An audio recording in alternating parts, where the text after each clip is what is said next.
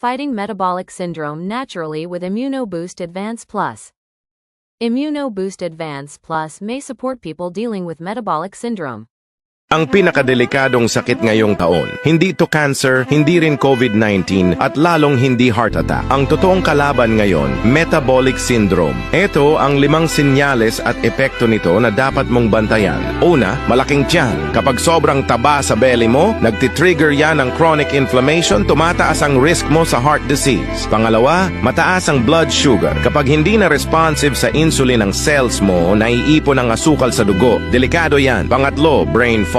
Hindi makontrol ang blood sugar mo, epekto niyan, hirap mag-focus, mahina memorya. Pang-apat, laging pagod. Hindi nakakapasok ang fuel sa cells mo, kaya kahit tulog ka ng maayos, pagod ka pa rin buong araw. At panghuli, silent inflammation. Tahimik lang pero unti-unti kang sinisira sa loob. Walang sintomas sa umpisa pero deadly sa dulo. Metabolic syndrome, tahimik pero nakamamatay. Bago pa mahuli ang lahat, alagaan ang katawan.